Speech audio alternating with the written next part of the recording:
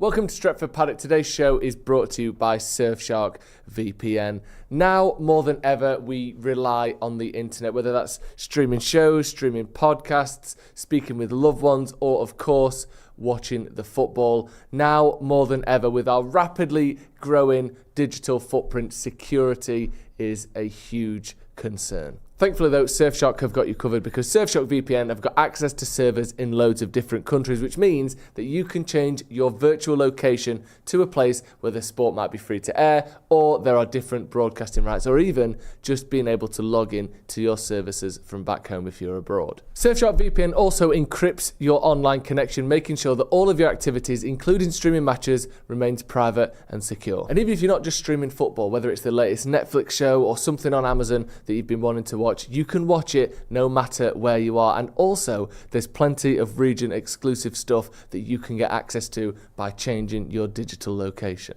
And by connecting to the optimized servers provided by Surfshark VPN, you may actually get faster streaming speeds and reduced buffering, so you're not going to be waiting ages to see if that last minute shot actually went in. Overall, Surfshark VPN offers you the best flexibility, security, and accessibility to all the streaming and shows you could possibly want, making it the best choice for streaming. And currently Surfshark have a phenomenal deal on. Using the code Paddock, which is easy to remember, you get 4 extra months for free and a 30-day money-back guarantee. Again, 4 extra months for free and a 30-day money-back guarantee. Go and check out the link in the description. And thank you once again to Surfshark for sponsoring the show.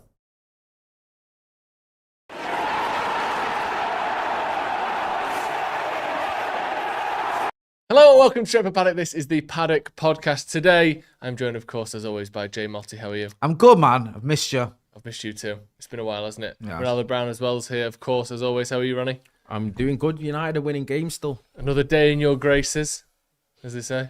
Who says that? The past. Fictional people from the past. Fictional people. Another win for Michael Carrick's Manchester United. There's a lot to get into today. I want to have a bit of a chat about the game yesterday, about the continued success of Michael Carrick at Manchester United, and about how almost because of how well he's doing, it feels as though more and more people are sort of almost becoming discontented by it, as though each win is further proof that it's luck rather than sort of talent and competence from Michael Carrick. I want to get into that as a sort of strange kind of dichotomy or dynamic that's going on. I also want to look at this that we've got on the thumbnail as well about midfielders and how Casemiro has reportedly recommended that we sign Bruno Guimaraes to Manchester United. We're going to look into that article, how much you like him as a player, and some of the other options as well we spoke about before. But he's a new one, so I want to get into that. But first of all, Jay, how is it at the moment? How are you feeling as a Man United fan? Because there's been so many weeks down the years where we've done these podcasts and we've had to find reasons why it's not as bad as it seems. We've had to sort of think if this changes and that changes, United can be good. United are actually good at the moment and have been for the best part of 2 months. How are you? I'm good, man. I'm enjoying it. And I'm enjoying going to the games more. I'm enjoying watching the game with you guys more. I'm enjoying the discourse a lot more. There's a slight concern. I think that we aren't quite as sort of dominant as we were early on in Michael Carrick's tenure. But I'm not like as worried as some people seem to be on socials and stuff. I get that there's been 1 or 2 games which we've relied on a last minute winner or it could have gone either way. But I remember, I'm not saying this is the same as Fergie, I remember games like under Fergie. Like, it can happen. The main thing is you're getting wins. Yeah. And I think, the problem we've had at Manchester United post Alex Ferguson is we've never been able to get those wins when a game's been close. We've never had the players that have always, or we've not always had the players that have popped up and been able to get that last minute winner or do that little bit of magic. Sometimes we have. There was a time under Wally where we had quite a lot of late wins, obviously the one in Paris being the most famous. But there's been far too many games where it could have gone either way and it's gone against us. Or we've struggled to break a team down and it's just sort of fizzled out. Or we've gone behind and stayed behind. Yeah. And it does feel like there's a bit more belief in this team. There's a little bit more confidence in this team. Even if the performances aren't perfect, we're still getting those results because of the things I've mentioned. So I'm enjoying it, man. Look, like you said, Joe, and I think, obviously Ronnie will give his own opinion in a minute, but we've all spoke about it during this season. And I don't want to sort of be melodramatic or OTT, but I genuinely found sort of November, December,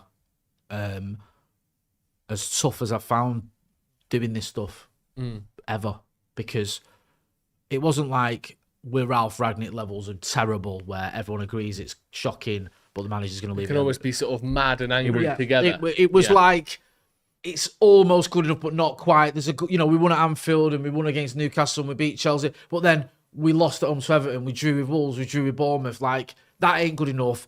And it just became so toxic. And it was like a no-win situation, no matter what your opinion was, and everyone sort of outdo each other with arguments. And yeah, I was going to say it was that toxic kind of yeah, divide. I hated it. Yeah. I hated it. And, me and you are as close as anyone, you're one of my best mates, and, like, we didn't always agree. And then you'd have people sort of in the comments saying, oh, fucking Joe, this, that, and the other, or Jay, this, that, and the other. Do you know what I mean? Like, you couldn't win. Like, it was one of those, wasn't it? And look, I'll always give my opinion. This is what we're about. I'm not going to start shirking away from it. But it was just not an enjoyable time being a Manchester United fan. And I don't usually use this as a barometer, but I will. It wasn't an enjoyable time being a content creator around Manchester United. No. It just felt horrible. And I felt like I was sort of having to make an excuse and having to sort of, justify certain things or downplay certain things. And I'm not really about that. So, yeah, I'm enjoying it a lot more now. Sorry, Ronnie, I spoke quite a lot there.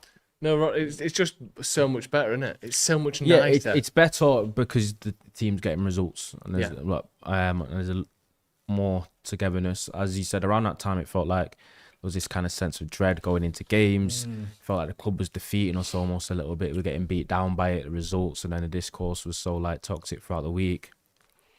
The fan base, a lot of infighting and civil war almost. And that usually just stems from the team not performing and getting results. As you have said, though, the last few games from United, from a performance standpoint, hasn't been great. But we've been able to kind of grind out the results and win anyway, which is kind of what you want in terms of a steadying the ship under an interim manager, where things are a little bit different, where it's a little bit more short-termism. It's more about the results that you get and then winning, and obviously taking advantage of the opportunity we have to finish top 4, top 3 and get Champions League football for next season, and then reevaluate things. But we can't lie. Results have been good. We've won 6 out of 7. We are, by every metric, one of the most informed teams in the league, arguably the informed team in the league. But in terms of the actual performances on the pitch in the last 3 games, it's not been amazing, but it is hard for it to all be rosy in what is a very competitive and difficult Premier League. But yeah, we've been getting results, getting over the line, but I think a few fans have started to go, performances haven't been quite there about 2-3 games in a row now. Which is fair enough, isn't it? Yeah. I don't have a mind. I'm not saying we should all be sitting here going, this is amazing, everything's mint, you can't question it or be worried at all, because I think anyone can see that there's been games where you go, man, got away with that one, or that could have gone, frustrating parts of games as well, where for 20 minutes against Fulham we were all over the shop, or for 15 minutes against Palace you sort of a little bit letting them back into the game, even though they've got, that 10 men. So I understand it. I do. I'm not sort of questioning anyone for doing that. It's weird though, isn't it, as well, because like I don't know what the expectation is of Man United. I don't know what people assume that our kind of baseline should be, or how United should be. Because for me, to expect that United would win 6 out of 7 games and draw the other, and look to be a sort of dominant, controlled team in all of those games, or nearly all of them, that people would be the step up from where we have been. That is a wildly sort of out of touch position to take. I think that is what we should have done. I think that what we have done is about as perfect as we could ever have expected, and I think that's not to say you can't point out this could have been better, this could have been better. And like, obviously the dream is you win every game and dominate every minute of every game. Why wouldn't that be the aim? But I think what we have done is actually beyond what anyone thought was possible, really. I don't think if you'd have said Michael Carrick's going to get 6 wins and 1 draw in these 7 games and dominate City and go head-to-head, toe-to-toe with Arsenal and be as good, if not better than them, and, etc., people would think that is an absurd expectation to have of Michael. Just completely absurd. And yet that's what we've had. So it's hard, isn't it? Because you always want more than what you've got. Human nature is, look at the billionaires in the world, look at the most successful people in the world. Almost all of them just want a bit more money. They always want the next business, the next spike, the next market cap increase. Elon Musk doesn't seem to be happy with his 800 billion. He wants 1 trillion. Do you know what I mean? So yeah, it's mad. You can win 6 out of 7 and you want, I want 7 out of 7 first of all, but I also want these 6 wins to have been a bit better than they were. But at the same time, like you said, you can't really criticise people for saying that because we all want perfection. We all want things to improve. But it's a weird position to be in that it's been unthinkably brilliant, and yet your brain can't help but go, how could it have been better? It's just like, that's just what we're wired to do as humans. That's human nature. Yeah, it's bizarre. And it is bizarre. Also, as we've said, I think that line of thinking a little bit more about performance based analysis rather than results is usually something you do when you've got a long-term manager in, for example, under Ruben Amorim, etc. When it's kind of mid-season, it's been a bit of a train wreck, or it's been a little bit inconsistent, and you've had some really poor results. When you get an interim manager that comes in, it usually is a little bit more about results, steadying the ship, getting the club back on course. When you get to the summer and you get Champions League football, and then you obviously go into the summer window, you recruit, and then if you are a permanent manager then, with a 3-year contract, 4-year contract or whatever, and then you go into the season, results still matter, but the performances still need to be accounted for. You need to kind of look into them, and where's the direction of travel for United long term. I think now it is mostly about, I think most of the fans have been like that anyway, where we're winning and that's what matters. And getting the points and finishing top 4, that's all that matters really. In terms of the performance aspect, you can still say, the performances have been a little bit iffy and not all the way consistent, but it matters more under a manager that's here temporarily about obviously getting the results. In terms of Carrick keeping the permanent job at the end, that's where things get swirled in together, isn't it? Yeah. That's probably when the way you win probably starts to matter a little bit more, especially going to the end of the season. But I think that's a bridge that we crossed at the end of the season anyway. I don't know if they're going to leave it that late, but for now, I think as fans, we probably just need to enjoy the fact that we're not losing matches and we're actually gaining points and winning games and basically staying in a race for top 4 where we actually didn't think we'd be here this season. I think that's what was a lot of the frustration with Amram was it felt like the league was there for the taking in terms of our rivals not being very consistent and being a bit below par, and we were still in and amongst it and not really getting punished when we'd follow up a good result with a bad one, which was obviously proven by the fact that we struggled to win back-to-back games, that whole metric. But now you've seen what can happen when you actually string wins together, because we've won back-to-back games again now. I think that is that the second or third time? No, that's the second time he's done it now. So for me, I'm gonna take the more positive outlook on it, because I think for the end of the season now, we've said it's like 10, 11 cup finals. Yeah, 10. It's just about winning. Is there almost a perverse thing, Jay, where like the more games we go without losing, or the longer this good run continues for, almost the more that it will be proof that it's luck and that it's not genuine, because no manager in the history of football has had a 90% win rate at a football team. That has never happened. Even at, you look at those dominant Bayern Munich, Celtic, Fenerbahce, those teams that will win 7-8 league titles in a row. No one's got a 90% win rate. Or maybe they have, someone will throw a quote out of someone in the 50s that did, but or going unbeaten, innit? Yeah, exactly. That it doesn't happen. No. So what Michael Carrick is currently doing is almost impossible for this to be his baseline at Manchester United. Yeah. Is there an almost a point of like each progressive win further proves that what we're seeing now isn't sustainable and therefore isn't real and therefore should be questioned and should be you almost what's wrong with this? It's like we're being served up something that must be false because it can't be replicated over time. Do you think that's creeping into people's heads? It is creeping into people's heads. Yeah, 100%. And I keep hearing the words like Ronnie, I think mentioned it before, like people saying it's not sustainable. Yeah. This isn't, have we not learned our lesson from Ollie's great start and things like that, which I think is kind of relevant. What I would actually do is flip it on its head a little bit and look at the fact that Michael Carrick's getting results despite being asked different questions at almost every game.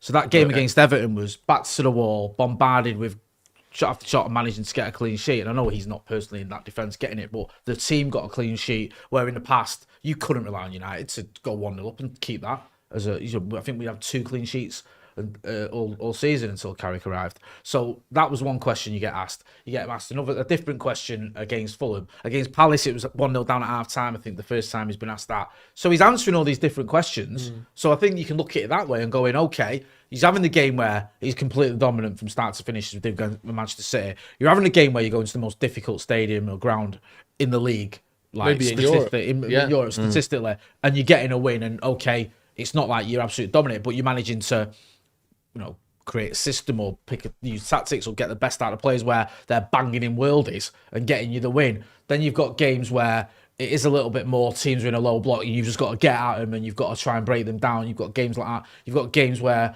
teams are up for it and it's, your players might be a bit leggy or whatever, so you've got to solve that problem. So he's answering all these questions. Yeah. That's the way I'd look at it. Yes, the football isn't great all the time, but I think every time he gets asked a different question, he answers it. And even the one time he didn't quite, he kind of did in a way against West Ham, where away from home, 1-0 down against a team that's in form, fighting for their lives, and you get an equaliser in the last minute. Yeah. And we could have even gone and got a winner there, I think, when Ahmad goes through, I actually thought we were going to. So I'd look at it that way, me personally. Yeah. I'd say, look, this guy's getting fired, getting thrown loads of different questions, loads of different scenarios, and 6 out of 7 games he's come out on top. And the one game he didn't, okay, it's not an amazing result drawing with West Ham, but at least we got a last minute equaliser and we showed that resilience in that fight that perhaps we haven't always shown in the past. So I'd look at it as a positive, mate, to be honest with you. It's almost like that phrase, isn't it? Like, if it seems too good to be true, it probably is. It's almost like people are applying that to Carrick as United manager. Because the thing is, we all know, and we'll get excited about, is that if he does this well between now and the end of the season, he is going to get the job. Yeah. I think, and then the worry is, well, actually, what if it was just a placebo or a flash in the pan, etc., etc. That would be people's concern. Do you think, Ronnie, this is going to, again, we're entering the levels of bluffs and double bluffs and triple bluffs, but is there an argument to be made that we could almost do with Carrick having a bit of a tricky patch between now and the end of the season and seeing how he comes out of it, so that we can at least answer or begin to answer that question of, like, what happens when we stop having a 90% win rate, because that isn't going to last. How can he handle a draw and a loss in back-to-back games? Or do you just think, don't worry about next season, just win as many games as you can, and if when it happens eventually, it happens eventually? I think for us as fans, I think it's different for Carrick, but for us as fans, I think we should just be more asked about winning the games. Yeah. I know it sounds unfair, but it's the reality of things. I think an interim manager and a permanent manager are judged differently. 100%. Especially one that's been backed in the summer window, or you're kind of judging them by what is their ceiling or long-term vision, or what is their direction of travel in terms of the club, the performances, what does it look like? I think under Carrick, I'm more just asked about us getting over the line and getting 3 points. Yeah. Because we are in a top 4, top 3 race. It's a great opportunity, and that's what is the scenario. It's the same way they brought in Igor Tudor into Tottenham, which was always a strange decision. People thought it was a strange choice because you feel like when you go for interim manager, you usually try and keep it a little bit more in-house. Yeah. Someone that's more familiar with the club, so it can bring that kind of like cultural feel-good factor, and then you're just basically trying to get results. For them, it's to stay in the league. That's the main. But then obviously the managers themselves are thinking, I need a little bit of pizzazz on top so that I can actually put myself in the name and I had to keep the job. It's a job interview, isn't it? Do you know what I mean? It's a job interview. Yeah. But that's for Carrick to consider. But for me, we can judge performances, and we can judge, obviously, it's what we're here to do, and it's what we talk about all the time. We talk about it on camera, we talk about it off camera, fans talk about it together at home, in the pub, or whatever it is. Well, I think it matters a little bit more just about the points, as I've said. Yeah. What's your sorry, bro? I've not even asked you your take. I know you've been giving it as you asked the question, but what's your sort of situation there? Because not to put words in your mouth, but you're one of Michael Carrick's biggest fans as a player. I've heard you long before he was manager raving about him, and I get it because he was mint. So I'm just guessing, if from your point of view, it's not just go.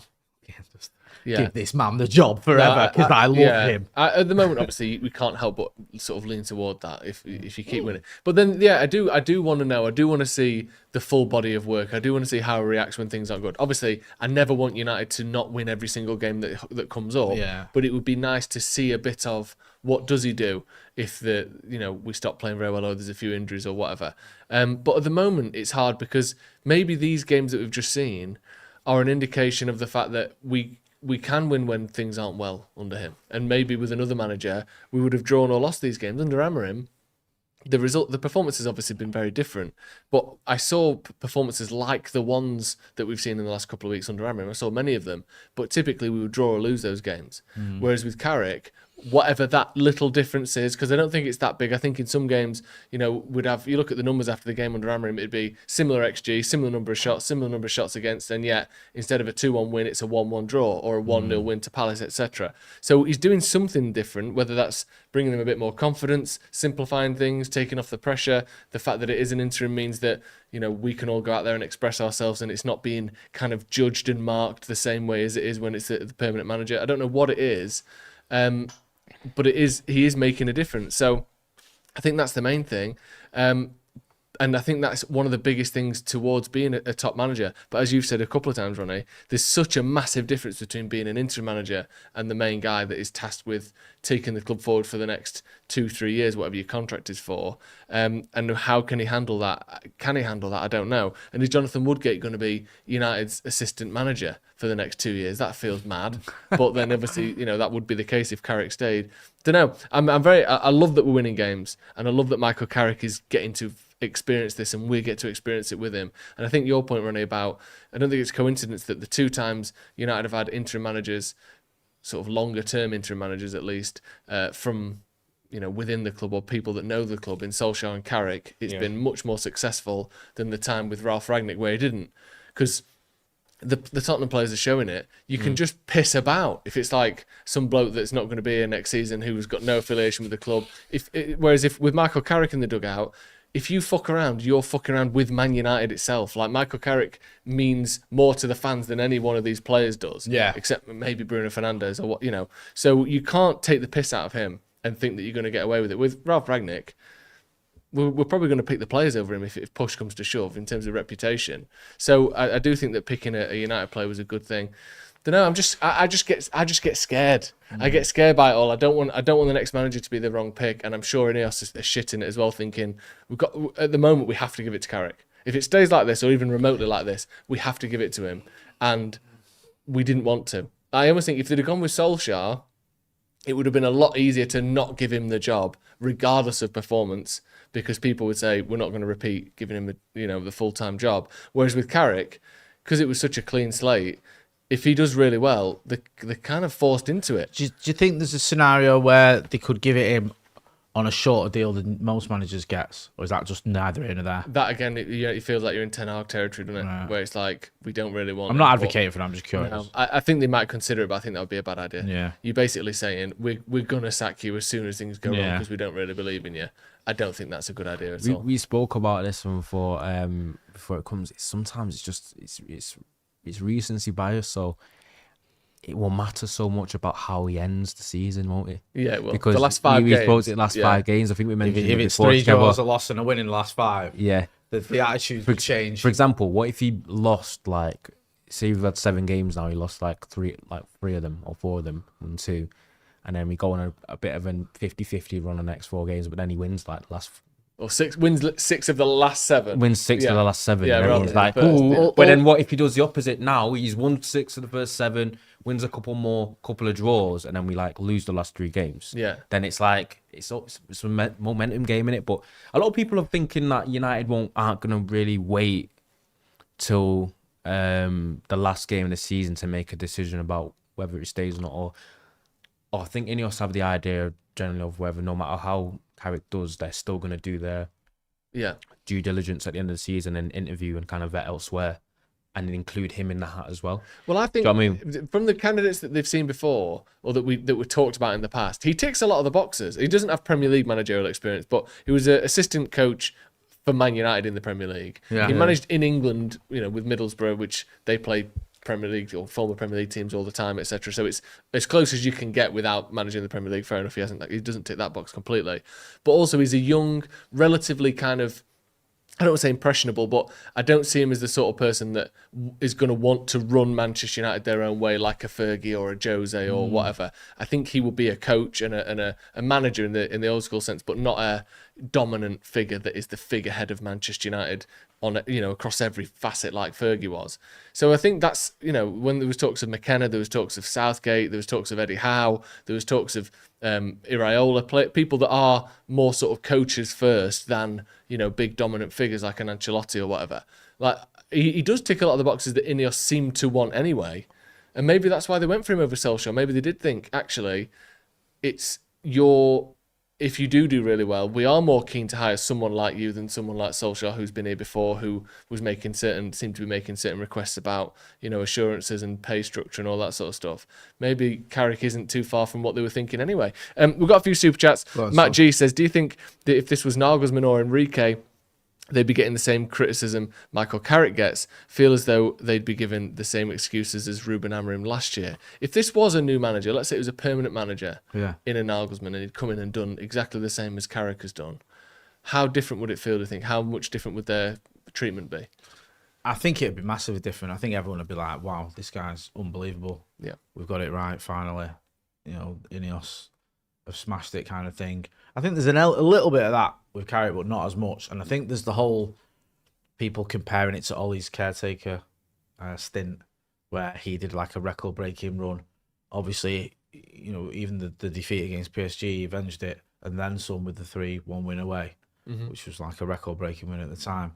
So I think that sort of is another reason people are sceptical around Carrick and maybe doesn't get the credit he deserves. But I think, like I keep saying, I think Carrick's just been amazing. I think it really has. I can't get over it. The fact that, yes, okay, you might want to quibble about the football, whatever, but look at these results, man. We it took a year, didn't it, to win back-to-back Premier League games? Yeah. Which is unheard of. I'm not trying to shit on Amorim, but that's a fact. I'm not shitting on anyone by stating a fact. And then Carrick comes in and wins the first 4. You can't just ignore that. No. And then has done, like Ronnie's saying, another back-to-back pair of games, which again, it wasn't, those things weren't happening easily, were they? No. And yes, he's done some obvious things which are obvious to me in the sense of moving Bruno Fernandes further up the pitch and bringing in Kobe Mainoo, which was the ultimate no-brainer for me. And it's the one thing I've just never got my head around, this sort of discourse around it all. But, he's also done some things that deserve credit for. And he's lost key players at important times. Ballon d'Or was playing as well as anyone, and he's lost him. Martinez was absolutely commanding the defence, and he's lost him. There's a chance now he could lose one of Maguire and Shaw. And he's, so far when he's lost players, he's been able to still get a tune out of the replacements. It's not been like, that's, massive sort of drama over it. So, yeah, I know that's a long-winded answer to your question. Yes, I think Nagelsmann or Tuchel ever get more credit, but I think Carrick deserves the credit he's getting. Yeah, me too. Matt G says, fans already saying if we get Champions League, we should be in a title fight next year. Ridiculous. Next year would be Champions League again and deeper cup runs. It's stabilise and build as Ollie did in his first full season. That is an interesting point, isn't it? If we finish, let's say we finished third this season, the expectation would then be progression. What does that mean? Second or first? And realistically, you've got an extra probably 10 to 15 games next season than we had this season, assuming we get through any rounds of the Cups, which you almost always do, plus the 8 to 10 games you're going to get in the Champions League. I think next season is going to be really tough. If it is Carrick, the idea of finishing 6th and a little cup run here or there, you could do that with the similar level of output as we're seeing now. But when you spread that more thinly across 50 games, you end up dropping points where there might not have been the energy from Sesko to get in front of his man yesterday. He might have, a bit of a calf. Not, I don't need to be on the bench, but my calf's a bit of a tweak after the Champions League game midweek. I can't really push off to get in front of my man. All those little things that stack up over a season. How do you think next season looks if United are in all these competitions, expectations-wise? What are you thinking for next year? I don't know. It depends what signings made, doesn't it?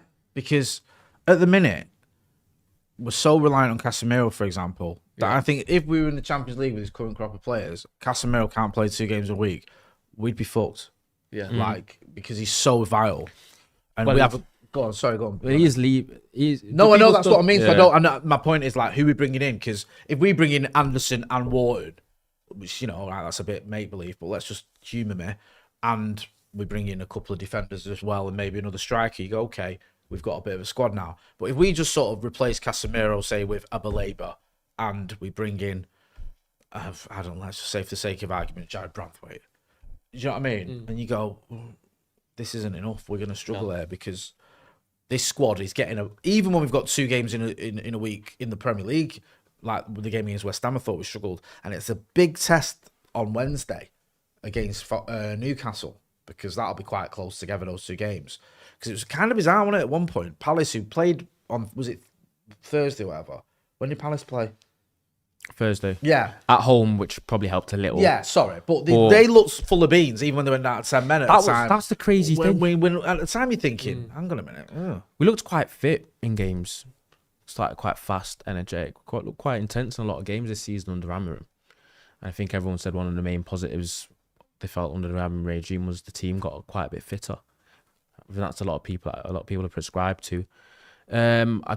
And people thought because we were out of all European competitions, the teams got fitter, that we should look quite electric and intense physically going into games. And I still feel like we aren't looking that way. I think in the last couple of games, at Everton, West Ham, even Palace, I'd say from a physicality standpoint, it looked like they had a bit of an edge. And that falls back to the issue of obviously personnel and recruitment, which is something that's been trying to be addressed in the past couple of seasons, where it was probably worse under Ten Hag, where there'd be so many matches where it looked like United were playing at a different weight class compared to all the other teams in the league, especially in the midfield. So that obviously still needs to be improved, because the results have improved, but we are forgetting it's the same players that were a lot of them are the same players that were being inconsistent or part of losing or not winning back-to-back matches under Amorim, and even worse last season, obviously apart from the likes of like Cunha, Sesko and Mbumo. So it just means that United need to take that next step again. Yeah. Because I think we complain a lot about how teams are still playing through us a little bit in possession. We look a little bit lackluster when we press and all that. I think that sometimes comes down to legs. And I also wonder, do you think because United actually get so many breaks between the games and there's been these, do you think United are a little bit out of match sharpness? Do you think it can be a bit of that as well? Minutes can be that sort of mentality of like just roll on to the next one. You can kind of have that smoothness. I think that's why we've shown in the second halves of games under Carrick as well, we've sort of looked good, or not even just under Carrick, under Amorim. I think both Palace games, for instance, required good second halves from us to win those games. And I think part of that is the fitness of the players, showing by the end of the game. Neeraj with a comment. None of these teams are dominant through Premier League matches this season. The competition is closer than ever. So why are we expecting that under Carrick at the moment? It is a good point. I do agree with that. When you watch other teams, and we're going to get onto Arsenal, Chelsea in a little bit, but when you watch these other teams, most of the time they aren't controlling every minute of every game. Not even City. I was going to say, if anyone watched Leeds versus City the other day, the first 30 minutes, Leeds should have been 3-0 up. It was ridiculous. I don't often say that about watching. I was watching that, and I thought they'd struggle, maybe lose. And then I saw the first 20 minutes, and I was like, Leeds could have been 3-0 up here. And that's immediate. When they hadn't scored, you knew it was over. I knew they were going to lose. Yeah, same. I was watching screaming at the telly going, this is your time. This is your chance. And they kept missing them. Calvert-Lewin missed one. There's a couple of chances anyway. If anyone watched the game. Aronson, there's a few. Aronson, I hate this, you're going to complain. Aronson's another one. So, like, he goes in on goal, bears in on goal, and he kind of, on his right foot, by the way, one-on-one with Donnarumma, and he just basically hits it straight at him. Not a good finish, whatever. He gets his 1v1 chance against also Ellen Road. He scored against us in the Leeds-Manchester United game. Breaks through one-on-one on his left foot and just fires it bottom corner. Yeah.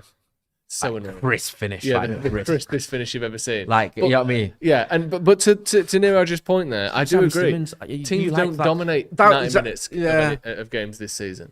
We're being petty here, me and no, because like against Spurs, Xavi Simons was had his best game of the season. Like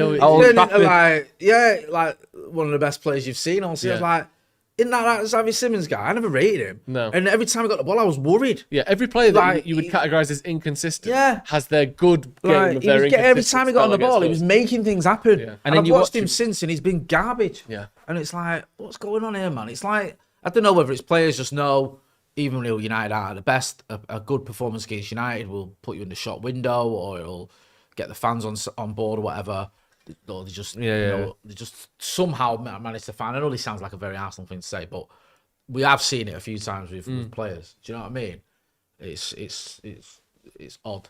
D Mizzle with the super chat says, it's like Ten Hag's first season, narrow victories, thin squad, relying on form. Carrick deserves credit, but it's unrepeatable without big investment. As we always say, the squad comes first. We need to... Replacing Casemiro with someone better than Casemiro is going to be really difficult. Just looking at some of his stats before, like his tackles are sort of top 15%, block shots top 6%. His XG conceded while on the pitch which is basically how many chances does your team concede when you're playing, is in the top 10% in the league. The one stat that I'm sure we can all predict he's not very good at, dribbled past bottom 8%. So that one obviously isn't good. But then obviously offers so much in the attacking end of the pitch as well. His sort of expected goals and expected chances and all that have been amazing.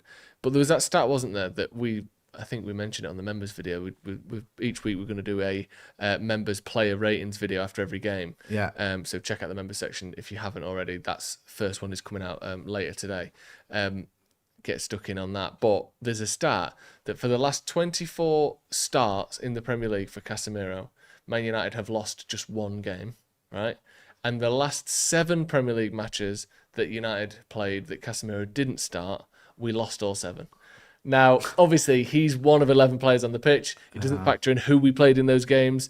But that is an amazing level of we rely on this guy. Because 24 is not an insignificant sample size to say it's big. We are really hard to beat when this guy plays. Yeah. Casemiro, not just to replace him, but ideally we want to push on. Like, we want someone better than him. That's going to be really difficult next season. And that moves on nicely to the sort of another talking point here. Bruno Guimaraes, another name that's been mentioned today. So we've had the trifecta, the Wharton, Anderson, Baleba trifecta. That's been going since the summer. Then we saw Tonali get added to it a couple of days ago, or a couple of weeks ago. And then today, the next one has been Bruno Guimaraes. Why do people not do that? Well, there's that one. There's that. Yeah. There's that. The Inglorious Bastards one. Yeah. Or there's that. That one. Imagine said, so we've been with 3. Can I have 3 pints, please, barkeep? And for people who are just listening, I'm doing my first, middle, and pinky finger there. I reckon if you do that, you might be. You know what? You can have it for free. I think yeah. Just don't look at me. Just please, just leave. Just take it and go away. But this is coming from AS over in Spain, I believe. Is that Spain? Yes. Talking about Bruno Guimaraes of Newcastle fame, of course. And report is that Casemiro has basically recommended him to Manchester United. He obviously plays with them in Brazil for the Brazil national team. Bruno Guimaraes is obviously a very well-known player. He's not someone that, maybe needs recommending. I'm sure Jason Wilcox knows who he is. But he's a new name on the list that apparently, according to this report, United are very keen on. United see him as a potential replacement, or certainly maybe an accompanying player to whoever replaces Casemiro.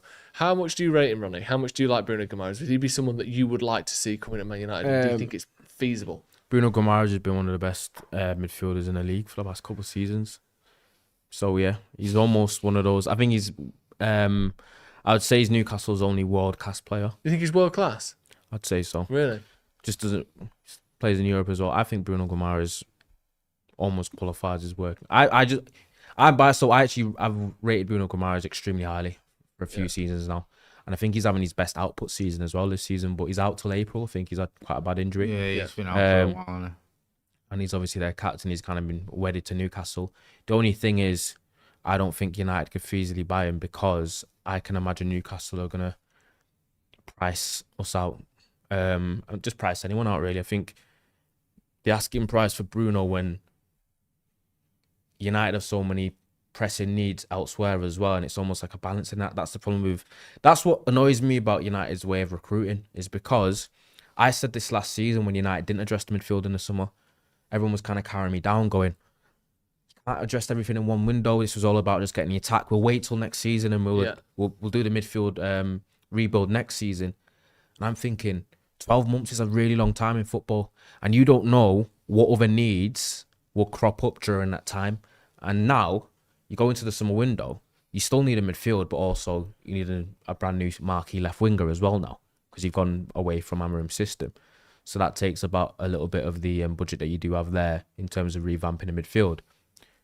A new fullback, everyone's saying now, it could be of quite intense importance as well. If Maguire leaves, and then people think Lenioro might need a loan, are United going to get another centre half in as well? Do we know what's going to happen? At the start of the season, when De Ligt was playing well, did you know that he would have an injury that seems to be like almost like a career debilitating one? It feels like. Do you know what I mean? And I think the concern is of how core United have been about it. I think that is probably even more of a concern.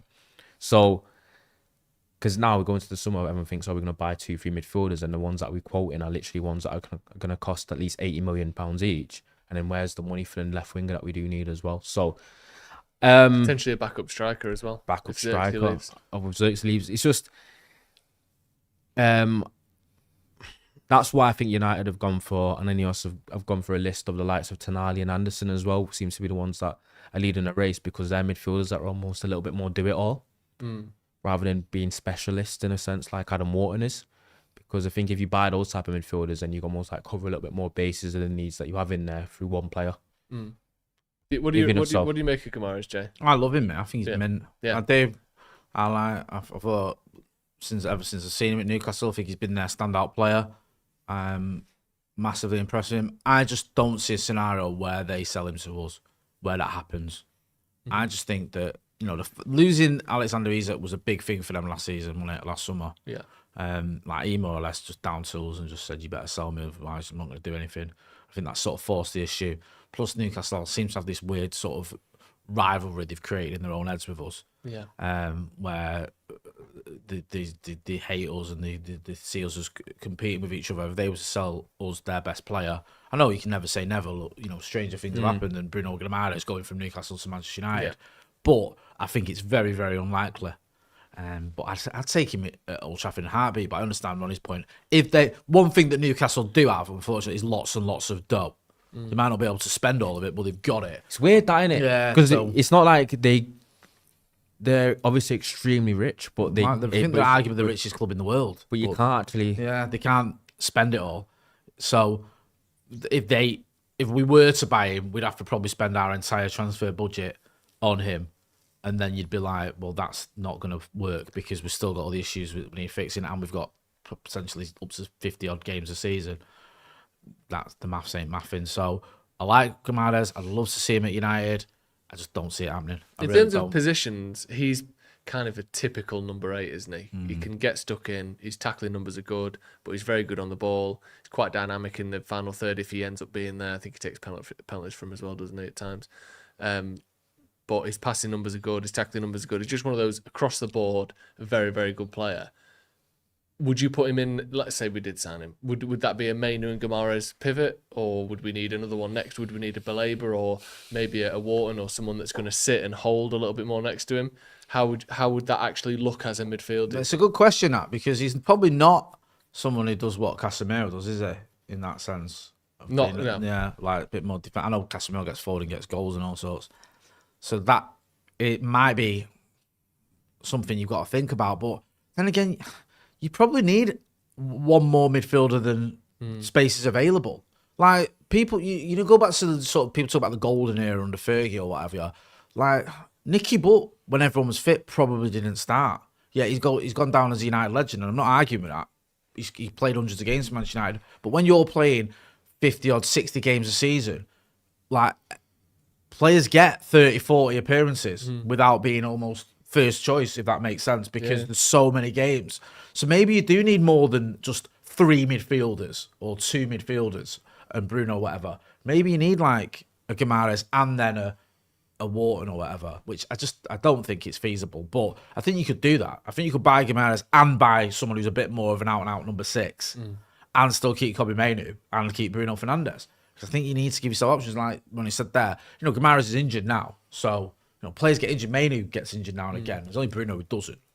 Players get suspended, whatever. Plus, you have to rotate. So I wouldn't mind that. I wouldn't mind it if we bought more midfielders than there are places available, because I think you need a squad, and I don't think your squad should just be a first 11 and then some players who aren't as good to come in now and again. I think you should have. Most top teams have 14 or 15 first choice players. Yeah, 100%. Do you know what I mean? That's your team. That's your squad. United have done that in the past. And I think when we've been, winning things, City do it all the time. Like, City always have they have probably more than 14, 15, 16 players who have got 40 odd appearances every season. And you'd go, well, how can they all be first team? Because there's that many games. And Pep loves rotating like at the minute.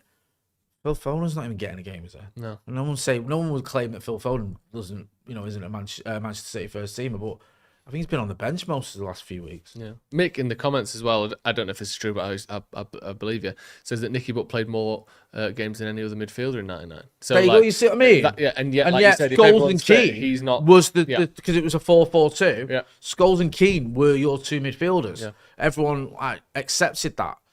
Well, he's coming in every time either of them Yeah, and isn't it playing, makes sense because it's a good point, that, because like, you look at the Stade d'Alpe and Scholes was a sub in that game.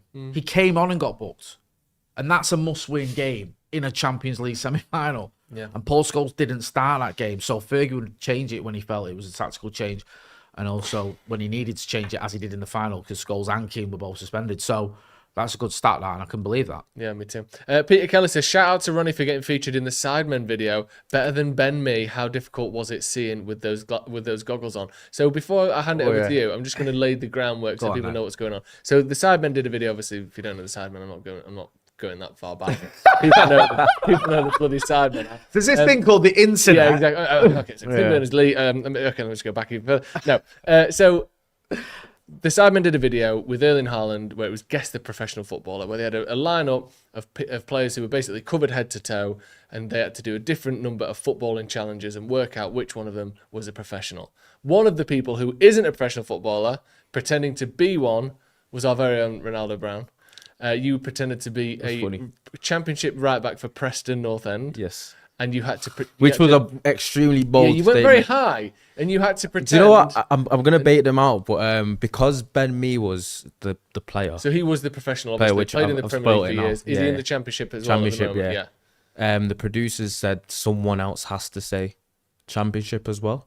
Right. Because I think we were all talking before it in the locker room, when we were going to be like locker room. We were literally saying to each other, like, say League One, League Two, don't set the bar high. Obviously, I went there with the premise of saying I'm going to say League Two or League One, but everyone else was like they're going to say League One, League Two. They said someone else has to say Championship because Ben Mee's obviously going to say Championship as well.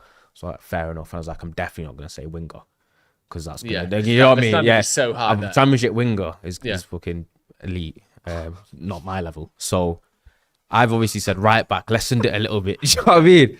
But and then obviously with the goggles, people are mentioning it. So you had like ski goggles on, and, so and a sort of... It was a balaclava an all-in-one. It was a balaclava morph suit, and then you had a balaclava on, and these goggles, obviously, so that you can't tell. But obviously, I didn't realise how much you kind of relied on just kind of like peripheral vision, looking up and down like that naturally without obviously not wearing goggles on, and they were like thick set ski goggles as well. So they warned us and were like, oh, by the way, with these goggles, I'm going to take the piss. They literally referenced Martinelli. It was like, when you put these goggles on, you're gonna be like dribbling and like passing like Martinelli, because for you to see your feet on the ground on the ball, you're gonna have to tilt your head down a little bit more than you normally would. Right. So they basically said it's difficult, it's dark, it steams up as well. So then obviously we get told that we're doing 1v1, and then we have to do like a touch challenge where they do like a 90-mile-an-hour thing. And it was to answer the question, it was actually quite hard to do a lot of the stuff in the goggles. Do you know what I mean? But obviously it was that, and obviously the lights were a bit too bright. You know what I mean? It's a big. It was a nervy. It wasn't my best performance. Nah, I thought you did well, man. But and also I'll tell everyone now, when I played these, which was a long time ago, 10 years ago now, ball striking was always a little bit of an iffy one for me. I had a bit of the Xerxes about me. Do you know what I mean? You know, when it comes to shooting, I was literally a dribbling merchant. Yeah, it's kind of dribbling people. When it comes to like, oh, Ronnie's shooting now, this is very 50-50. I mean, but to be fair to you on the video, you were, spoiler alert, you were voted out after Ben Mee, who is the professional footballer. Because so, you know, he could have done worse. Yeah. This is the thing though with Ben, because Ben Mee's a centre back. And a bit of a clunky centre back. Not obviously. So it's centre back. That's played at the highest level. Yeah. It was good to pick his brain and asking questions actually about Champ and Premier League level. And he, the first challenge was going 1v1, like dribbling 1v1 to beat a player. Yeah. He's a centre back. He's probably done that about 8 times in his career. He's probably not tried to take someone on and go 1v1 dribble since he was a kid. Since he was a kid. That's right, a kid. You know what I mean? That's not his game. Obviously, people will think because he's obviously playing at that level, he should be able to do it still. That's not how it works at all. Because I made the joke of it. Someone made a joke to me, like, you know, that kind of put the goggles on that cannon machine that hit the ball like 80 miles an hour. Everyone's like, they wondered how well would Haaland have done. Yeah. Yeah. Because people think Yeah, 'cause he's sometimes not got the best touch in the world. he can be a little bit, but He should have had a go, actually. He should have had a go. Yeah, with do the you know what I mean? goggles on. I bet you yeah. put the goggles on him and gone, right, yeah, I'll have a go at this. I bet that 100% in his contract he was not allowed to kick a ball. Oh, yeah, I bet there's that's no a good way point, they that. would Yeah, let him definitely. touch a Because if he football. pulls his hamstring or Yeah. something. and he was about half an hour late Was it? as well. He was extremely late. Eating But all it his was raw funny. milk. But the last shot that I skied though, that weren't really goggles. The goggles was more affecting like touching when the ball got under your feet, like actually controlling it because you. But in terms of the shot at the end, that was just a shit shot. And Do you know what I mean? that's That's what not the made one. it stand That was just a shot that I skied. I thought you Do you know did what I well, Ronnie. I'm not just saying that because he's my boy. Like, I thought you could tell you can play football watching it. Like, but do you know what I mean? Just that shot let you down. But yeah, I thought that looked as like producers Ari's mentioned, no, he's giving me stick because I did a step over, which usually works against defenders that play, and KSI got a toe in it. And you know what's funny? Because sometimes when you're playing against people that don't actually play, stuff that would have people will shift for, he didn't move for. No. I went past him, but now he's not quick enough to predict what you're going to do and go for it. So He's actually, he just sees it for face value and just doesn't move. I love Nah, that. he was entertaining. When he reached out and asked me to do that, I was like, "Yeah, of course I'll do it." It was a good man. little experience because I think they wanted people a bit locally in Manchester as Yeah. well. But Ben Mee being voted out first was a bit because obviously he's a pro, but he's not going to get through 1v1 challenge. And I remember in the back he was saying literally, he's so glad he got voted out first. He was looking at the touch challenge and that, the goggles. He was like, I did not want to be doing that because imagine like. You're Ben Mee and you're thinking I play professionally. He still plays now. Starts for Sheffield United week in, week out. And he's thinking I might show myself up a little bit here on that. So he kind of glad that he did. But I actually had a lot of fun. It was only about 2 hours, 2.5 hours of filming. But good laugh. It was a good laugh. You made me laugh as Yeah, well yeah. when like KSI, your goggles are slips and he seen that you was black. Yeah. And he went, "He's number 2." Your number was he's black. And you were like, "Is that all right?" It's like, okay. Is that all right with you? Yeah. Or- And then they were like, it was great. I felt like I sounded a little bit more jokey when I said that, you know. I was trying to joke, No, but no, when I it look did, back at yeah. it, it sounded like I was being dead serious. Yeah, Like, it's not he's like, all right, right, yeah, what, like, that'll do. yeah. Have you got a problem? "Yeah, with well, it? like, Yeah. no, obviously Yeah, not." but good laugh. Haaland was on to me, don't it? You know what happened? Oh, mate, Yeah, Haaland stitched you that up, was bro. another thing because I said Championship, and it Yeah. was League Two.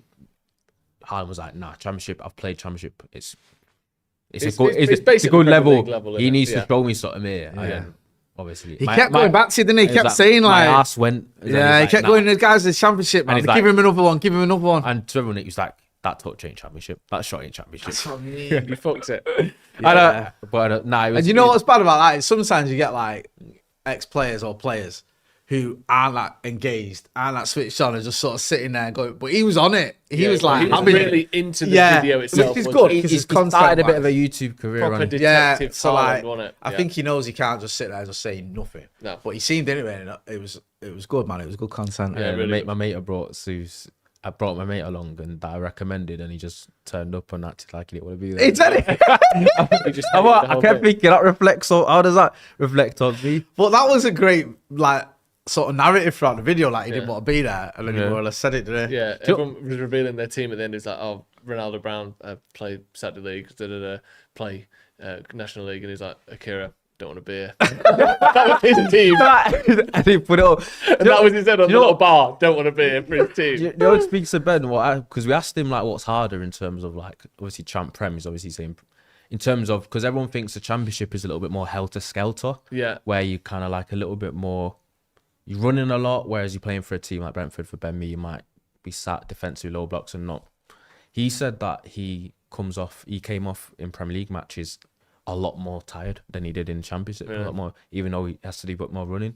He said the mental wear and tear of being a defender in the Premier League is crazy. He says you almost become more tired because you're constantly having to be on your toes and move. But he said it's the one league where he played where he felt it was like this whole pressure thing of if you switched off or you was out of position or you weren't like backpedaled 2 meters at the wrong time, you get punished. And he was like, that was why he'd come off from games and thinking Premier League was like one of those where as a defender you're mad. Was he at Burnley?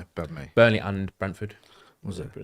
What was the gimmick? Was he's played against Haaland a couple I was of going times. to say, has he played against Haaland? Yeah. Yeah. Yeah, brilliant. Well done. We've got a super chat from Don Bark says, would you take back Morgan Schneiderlin? Yeah, I'd have him. Yeah. No, I wasted so much energy defending that guy, man. Honestly, I went through a stage like, because I can't remember what it was. There was a game where he did all right, and I thought he was all right when he was at Southampton. I know he did. I think he had a good game against Arsenal, but that was towards the end of his time at United.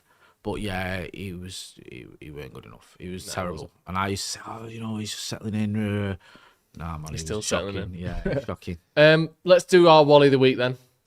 Before we go, I'll start with you, Jay. Yeah. Who's your Wally of the week? My Wally of the week is, and I'm gonna do it as a sort of whole thing, encompass the whole sort of organism that is Leeds United Football Club. Okay. Right? From the top to the bottom, right? The players can fuck off. Wallies of the week. They had a chance to beat City, flopped. Like you saying, Ronnie, players that turn up against us didn't want to know. Calvert-Lewin could have scored, didn't. Other players as well. And then the fans just disgraced themselves, booing players because they're fasting for Ramadan. Like, you had such a shitty reputation when you used to be in the Premier League. I remember him booing Mark Busby's minute silence when he passed away, and they were the only fans that did that. And it was like on the back pages and all that, and you think, what's changed in 30 years? Fuck all. Nothing. And it's like, that thing of it's like, it's always them, innit? It's always them for a reason, because that's how they are. I'm sorry, and don't get me wrong, there's like, not all Leeds fans that were booing. I know they weren't, but it's funny how it's that club again that's in the mud. It's not a coincidence, man. It's honestly, I thought that was really just minging. Yeah, I completely agree. Ronnie, who's yours? Pedro Neto. Go on. The Arsenal hatred is real, isn't it? Yeah. Couldn't believe that. He wanted Chelsea to get points against him so bad. I wanted a draw at least. And it's always, but have you ever seen a more brain dead tackle than that on a yellow? No. In a game like that? Harry Maguire at Watford is close. Yeah. In all his last game, but even that wasn't as bad. That was more like a 50-50 you can lunge in it. The thing that annoyed me about Harry Maguire is he'd only got booked 2 minutes earlier. Well, yeah, so would Neto. Yeah, so now. Yeah. But it was not like Martinelli just went, come on then.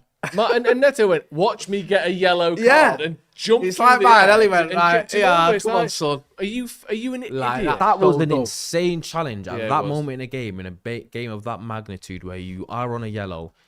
You are literally defending a 3v3 on a counter-attack where Martinelli going past you is going into space where as soon as you take him down, but he just kind of like the ball's gone and he's just gone like scissor tackle, like tactical foul swipe. No, he did the lunge and then the raising your leg as well, didn't he? Like the whole, and especially, let me make sure that this is a yellow. Especially with the amount of reds that Chelsea have had this season, just looking at 7 in the Premier League and 10 if you include the 2 more that they've got in all comps, and Maresca got sent off as well.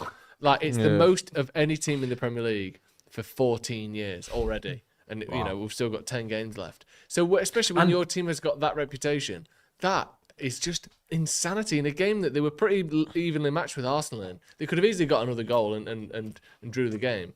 And you know what's mad about that stat as well? They are topping that stat, and they had no one sent off in the melee they had with West Ham as well, which was one of the biggest melees that's happened on the pitch in a while. Yeah. Do you know what I mean? With the Traore Todibo, where Todibo's eyes went. Yeah. Like, he looked like, I'm not allowed to start. He looked like he was ready for anything that happened. Football didn't matter at that point. No. Like, people think people pretend on it's handbags. I think he went to a place for a sec there where it was like, whatever happened. You know what I mean? He needed that VAR and that thing to calm down, even though he was getting a red anyway. Like, he needed to he was like breathing, his eyes went wide and white, and then obviously you look at his haircut as well, like no trimming a year, no, you just know what type of man that. Listen, not to be that guy, but like it was going up a certain way, you know. Do you remember? Who was it? Was it Kudus? Remember Kudus last season when he did it? He lost it. Who was he playing? He got 6. Might have been against Spurs. Was it a 6-game ban he got because he got 2 red offences? Yeah, you could see his head went. Yeah, and then there's just bodies everywhere. Bodies everywhere. No, it was. It made me. It was amazing because the ref actually took it to VAR, and you're like, "What are you taking this to VAR for?" Like, this is like the most obvious red card I've ever seen in my life. Yeah. But yeah, you're right. He'd gone. So fair enough. Who's yours? Mine is just Arsenal. I'm just sick of it. I can't be arsed with it. I don't know how they can bear watching. I mean, the only way they can bear it is because they're winning the games. I get it. but it's the worst football I've seen from a Premier League team in my life. A team that is challenging for the league has never been this hard to watch. Even when City were boring you to death with 1,000 passes a week, at least they were a team in control. They knew how to win games. Arsenal, they're relying on just fucking coin tossers. We'll get a corner, and it's a coin toss if it goes in or not. It might hit your head, it might hit our head, it might hit the keeper, might get deflected, might foul you, might stop you. It's just horrible anti-football garbage. Go on. I think Chelsea completed almost 50 more passes than them when they were down. From the moment of Pedro Neto's red to full time, Chelsea had more possession. Yeah, because Arsenal are just horrible. It's horrible. Do you know what I hate about Arsenal as well is they've got this weird combination of trying to be like hard and aggy and all that, yet being soft as shit. Yeah, and being the most wimpy, like... Yeah. Why is like this happening to Gabriel us? getting someone's face and all that, and like he did with Maguire or with Lomans, and yet he's the first one to throw himself on the floor if anyone touches him and start rolling around and think, what, you know what I mean? What are you about? Like, you're neither here nor there. No. They are, like, if it wasn't for the fact they're up against City, I'd be on Ronnie's bus. I'd be like, even if it's, I don't like Chelsea, but if it was Chelsea or someone, I'd be like, do you know what I mean? But because it's City and I just don't want them winning 6 out of 7 titles, whatever, and I can't be asked with all the City fans coming out of the woodwork. I'm not on it, but yeah, it's very, very difficult not wanting Arsenal to lose. It's horrible. Like, right. I'll give you that. That's going to be all from us. Ant L of the House of L says Arsenal just Burnley 2.0 with worse fans. I think that's a little bit place to end it. Cheers, Ronnie. Check out Ronnie in the Sidemen video as well from, when was it, from yesterday? Sunday? Last night. It's not views for us, man, though, isn't it? No, but I want to. It's nice to see if people want to see it. But they need our help because exactly. they don't get many views. Yeah, they do. Yeah. Cheers, Jay. Don't forget to check out the link in the description for merchandise as well. Loads of good clothes, loads of good stuff in there as well. Thank you very much for joining us. This has been the Paddock Podcast. We'll see you in a bit.